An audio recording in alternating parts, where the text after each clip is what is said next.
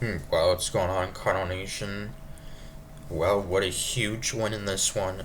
Huge win, 7-5. A nail-biting win against Cincinnati Reds in 10 innings. As we win the first game of this big three-game series. Every game is huge from here on out. With just about exactly a month left in the season, and yeah, and well, it was a back and forth game. Uh, And, well, it was looking like that the Reds were potentially going to steal a win from us, but we were able to hang on and get this win in extra innings.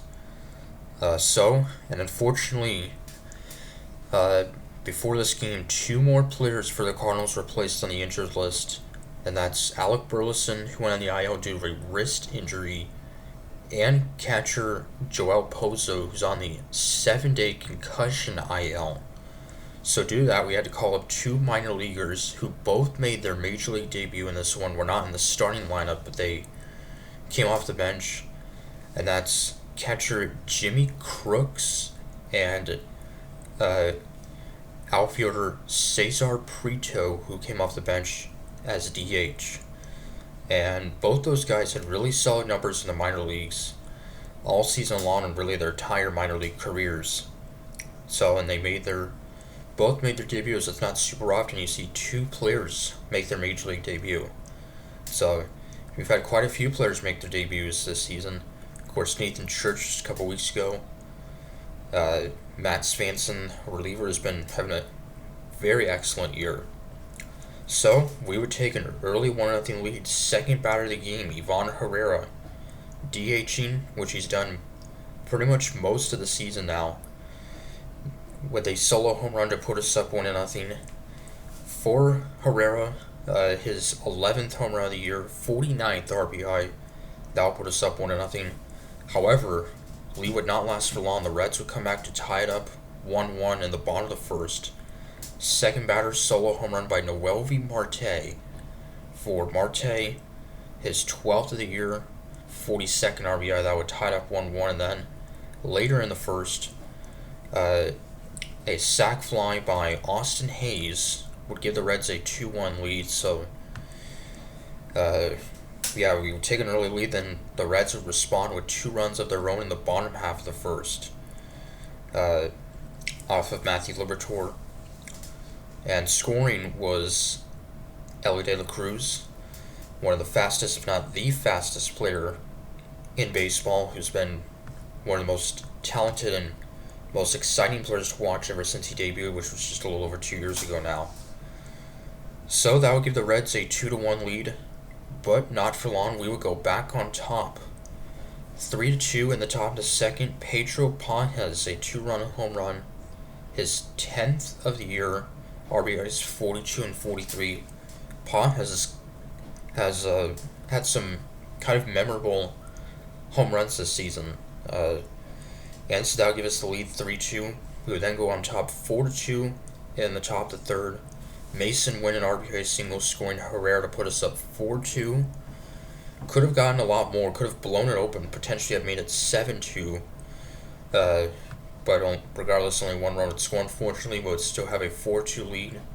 Matthew Liberatore would get through 5 innings, would allow 3 runs, actually faced 1 batter in the 6th. There was a solo home run allowed to Spencer Steer, leading off the 6th. That would make it a 4-3 game.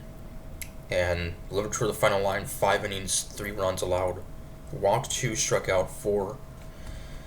And then Jorge Alcala, who's been pretty solid since we acquired him, would walk a batter but nothing else. Then Gordon Graceffo, coming on in the bottom of the 7th, would allow a game-tying single by Miguel Andujar to tie it up 4-4. And then we would go back on top 5-4. In the top of the 8th, Mason Wynn and RBI double to put us up 5-4. And then Graceffo was back out there for the bottom of the 8th. And on the 8th pitch of the at-bat, he would give up a game-tying home run to Ke'Bryan Hayes to tie it up 5-5. And Hayes, since being acquired by the Reds from the Pirates has played pretty well. So that would tie it up 5-5. Jojo Romero would come on. He would walk two batters. And then Ellie De La Cruz would fly out. And then Matt Svanson coming in with two runners on would get Andujar to strike out. So it remained tied heading into the ninth. Jordan Walker would fly out. And then Pedro Pages with a double. Jose Fermin pinch running. And Fermin trying to steal third base would be out and it was not close. So that was a big mistake. And Nathan Church then strike out to keep it tied into the bottom of the ninth. So just, was hoping it would go to extra innings and keep it tied.